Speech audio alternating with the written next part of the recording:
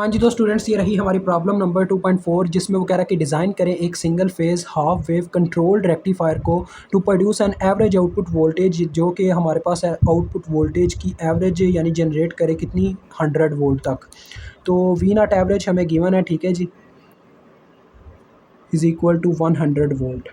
आगे वो कहता है cross a resistive load of 50 ohm, यानी कि रेजिस्टेंस भी हमें गिवन है जो कि 50 ओहम है। From 240 volt RMS and 60 hertz AC source, यानी ये इनपुट हमें दी गई है VS is equal to 240 volt.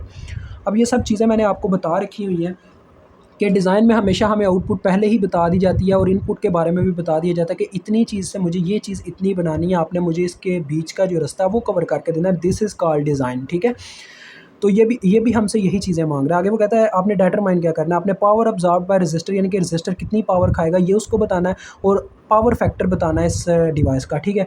तो पहले नंबर पे अगर मुझे बच्चों पावर निकालनी है, रेजिस्टर कितनी अब्जॉर्ब कर रहा है, तो उसके लिए मुझे VRMS गिवन होनी चाहिए, यानी कि V naught RMS find out होनी चाहिए। तो वी नॉट RMS का आप सबको फार्मूला पता होना चाहिए। हाफ वेव कंट्रोल रेक्टिफायर के लिए आपको याद होगा VS under root of 1/2 pi into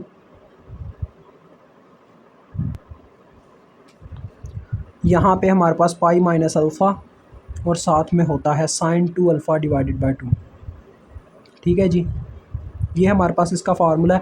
अब एक चीज़ पे तो हमने गौर ही नहीं किया, हमें अल्फ़ा तो यहाँ पे गिवन ही नहीं है, तो अल्फ़ा कैसे निकालेंगे, वो निकालेंगे हम वी नॉट एवरेज से। आपको याद हो वी नॉट एवरेज का भी फार्मूला था हमारे पास, V naught average is equal to VM divided by 2 pi into 1 plus cos alpha, ये फार्मूला था। यहाँ से आप निकालेंगे अपने अल्फ़ा को।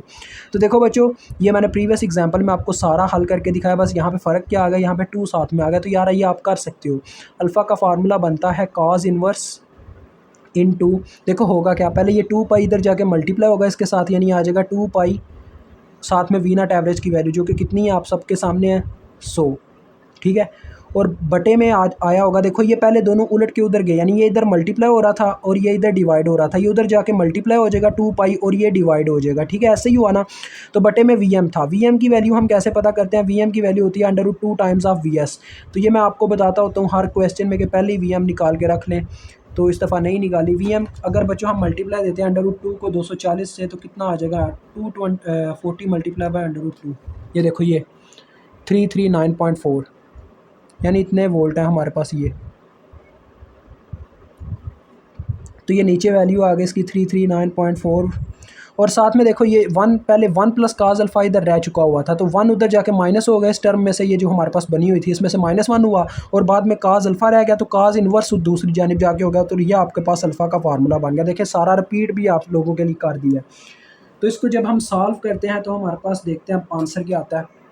तो हाँ, तो बच्चों ये ज़रा गौर से मेरी ना बात सुन लीजिएगा। मैंने जब ये किया, ठीक है, यानी ये फाइंड आउट किया कैलकुलेटर पे रेडियन मोड में, मेरा कैलकुलेटर था रेडियन मोड में, तो मुझे आंसर भी डिग्री की बजाय रेडियन में मिलेगा। तो ये जब मुझे आंसर रेडियन में मिला इतना 0.55, मैंने क्या किया, इस टर्म को फिर ज़रब दी 180 बटा पाई से, ठीक है। 180 बटा पाई, पाई बटा 180 करें तो हमारी डिग्री रेडियन में चली जाती है, और अगर रेडियन को हम 180 बटा पाई से ज़रब दें तो वो वापस डिग्री में चला जाता है। तो देखो 31.65 डिग्री हमारा एंगल आ रहा है, और यही आपकी बुक पे भी आंसर लिखा हुआ है। वो 32 डिग्री है अप्रॉक्सीमेटली, ये भी 32 डिग्री ही बनता है, ठीक है। तो असल वैसे एंगल तो यही है 31.65 डिग्री। तो देख लें ये तरीकाकार होता है रेडियन के मोड में थोड़ा बहुत आगे पीछे करने का।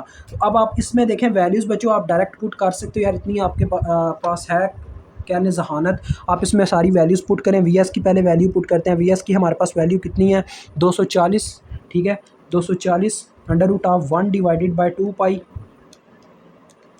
इंटू पाई माइनस, अब देखो बच्चों यहाँ पे अल्फ़ा हमने पुट करना है रेडियन में, क्योंकि रेडियन में पुट होना चाहिए। यहाँ पे रेडियन में आपको याद है 0.55 रेडियन आया हुआ है, लेकिन फिर भी हम इसी फॉर्म को देखें, डिग्री को मैं रेडियन में कैसे लिखता हूँ 31.65, इसको दोबारा रेडियन में ले जाने के लिए मुझे पाई बटा 180 से इसको ज़रब देनी होगी। तो पाई बटा 180 से जब मैंने इसको ज़रब दे के ऐसे लिख दिया, यानी कि 31.65 पाई बटा 180, तो ये रेडियन में चला गया, ठीक है। अब ये रेडियन में लिखा हुआ है क्योंकि मैंने कैलकुलेटर को रेडियन में रखा हुआ है। अब आप सब ये ना कहिएगा सर आप डिग्री में क्यों नहीं कर रहे, तो यार मैंने आपको वो प्रीवियस में बता दिया क्यों नहीं डिग्री में करते, क्योंकि डिग्री में करते हैं तो मसला आ जाता होता है कभी कभार इन चीज़ों में, तो उस मसले से बचने के लिए ये काम फिर करना पड़ता है यार ऐसे। और डिवाइडेड बाय 180। ठीक है, जहाँ जहाँ अल्फ़ा पुट होगा वहाँ पे यही काम करना होगा, डिग्री से उसको रेडियन में लेके जाना पड़ेगा। तो ये होल टर्म हुई डिवाइडेड बाय 2 किया, ये होल टर्म का ये भी ब्लॉकेज ऑफ किया, तो ये मेरे पास इतना आंसर आ रहा है 166.82। ठीक है बच्चों, 166.82। तो हमारे पास जी V naught R M S आ रहे हैं 166.82 वोल्ट। अब हम इसका कह लें कि पावर का फार्मूला अप्लाई करते हैं। आपको याद होगा यार, पी नॉट आउटपुट पावर का फार्मूला होता है V naught R M S का स्क्वायर डिवाइडेड बाय रेजिस्टेंस। ठीक है जी, तो यहाँ से आप कह लें सिंपली पावर फाइंड आउट कर सकते हैं। देखिए V naught R M S आपके पास कितनी है, ये 166.82 होल का square divided by resistance. Resistance आपके पास कितनी है 50। बच्चों कैलकुलेशंस में कोई आगे पीछे हो जाए ना काम, तो उससे इतना डरिए ना, क्योंकि वो आपका कंसेप्ट चेक करेगा, जो भी चेकर होगा वो ये चीज़ चेक नहीं करेगा बच्चे की कैलकुलेशन कैसी गई। ठीक है, ज़्यादातर कंसेप्चुअल ही होता है। तो यहाँ पे हमारे पास पावर जो आ रही है वो है 556 वाट।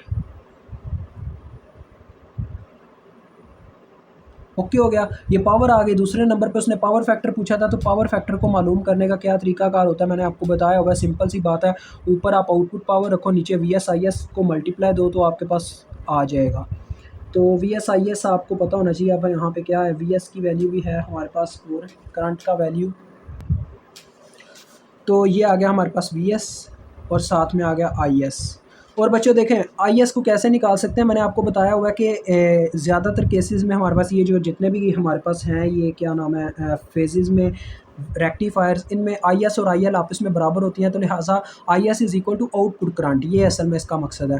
तो लिहाजा इससे हमें ये चीज़ पता चल रही है कि अगर मैं यानी कि यही फार्मूला यहाँ पे ओहम्स लॉ वाला लगाऊँ, V naught R M S divided by R, तो मुझे इसकी करंट मिल जाएगी। तो ये आप यहाँ पे फाइंड आउट कर सकते हैं। तो V naught R M S आपके पास कितने 166.82 तकसीम 50, तो ये आपके पास आती है 3.3 एम्पेयर।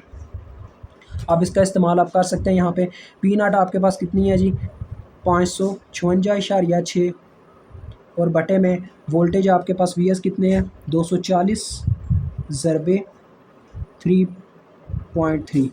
ये बच्चों आपको कुछ किताबों में ऐसे भी आंसर देखने को मिलेगा जहाँ पे डायरेक्ट उन्होंने ये हल भी किया हुआ है। वो पता कैसे हल करते हैं, वो असल में ना यहाँ पे करंट की जगह वी नॉट और आर पुट करते हैं, तो उसकी वैल्यू को यहाँ पे ऐसे इस्तेमाल कर रहे होते हैं। और वहाँ पे आप जैसे बच्चे कंफ्यूज हो जाते हैं, उनको पता ही नहीं चलता कि इसके पीछे बेसिक क्या है।